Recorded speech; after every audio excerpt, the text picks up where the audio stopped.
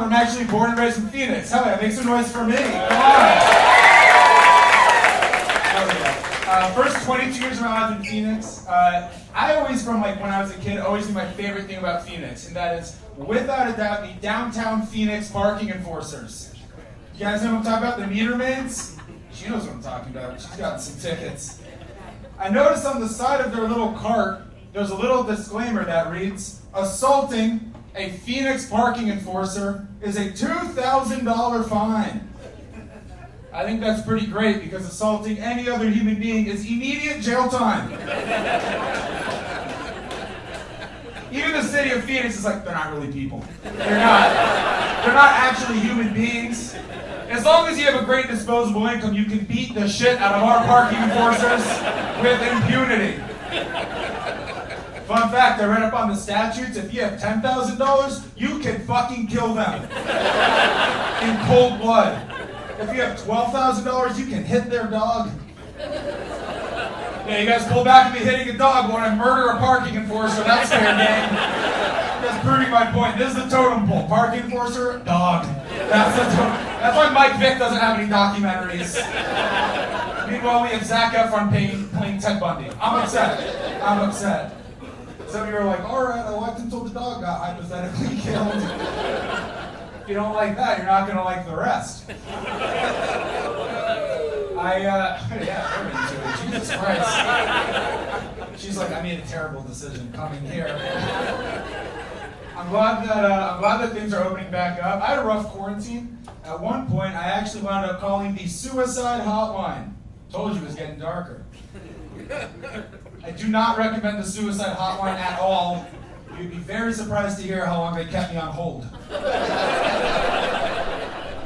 You're playing with fire. I'm literally on the edge of the building. Don't keep me waiting. There is one very real next step if you keep me waiting. I learned my lesson though. Now when I'm suicidal, I do not call the suicide hotline. I call American Express customer service. They don't leave you on hold at all. They put the customers first. I called them. They're like, what can we help with? I'm like, where to start? Depression, anxiety, loneliness, if we're being honest. Like, we can't help with loneliness. We're a financial institution.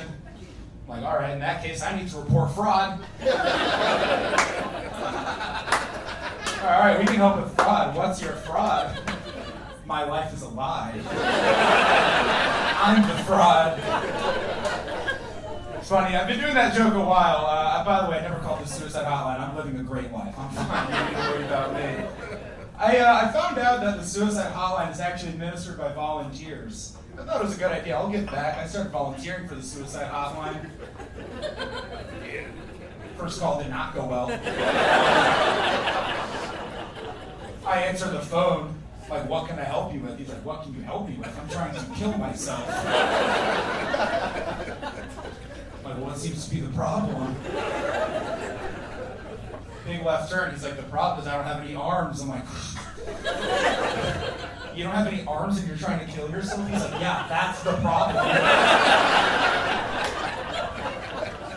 I'm like, listen, pal. I want to help you out, but I think you may have had the wrong number. Let me put you through to the assisted suicide hotline. They're much more equipped to help you. They have all the arms you need. They have all the arms you need to kill you.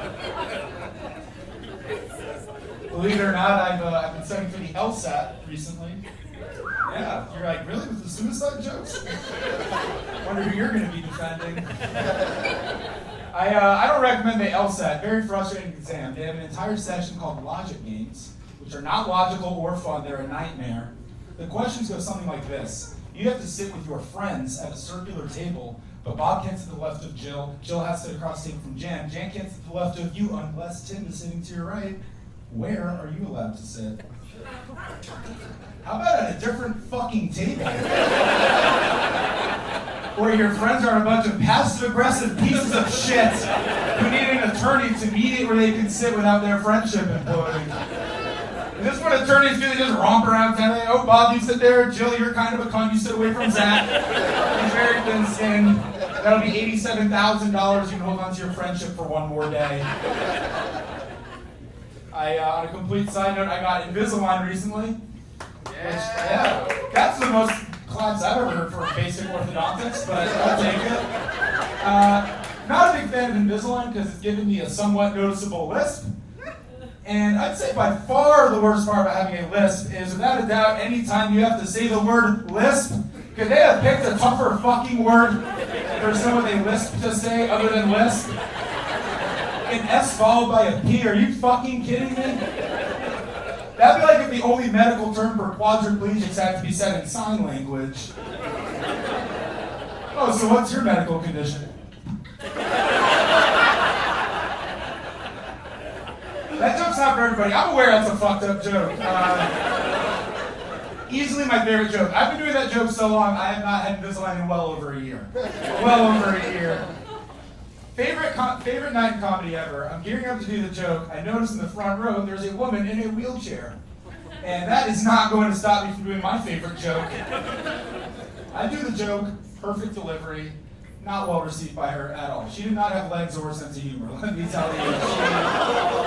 She was not a good sport. She confronted me after the show. She's like, hey, just so you know, you are going to hell. It's awkward. I had to explain to her. It can't be easy to take. She's in a wheelchair. I'm like, just so you know, big stairway to heaven. Big stairway to heaven. Not exactly the place for handicapped individuals, am I right? There's no rampway to heaven. There's no elevator to heaven. God kind of cheaped out on that one. She's quite literally rolling down the highway to hell with me.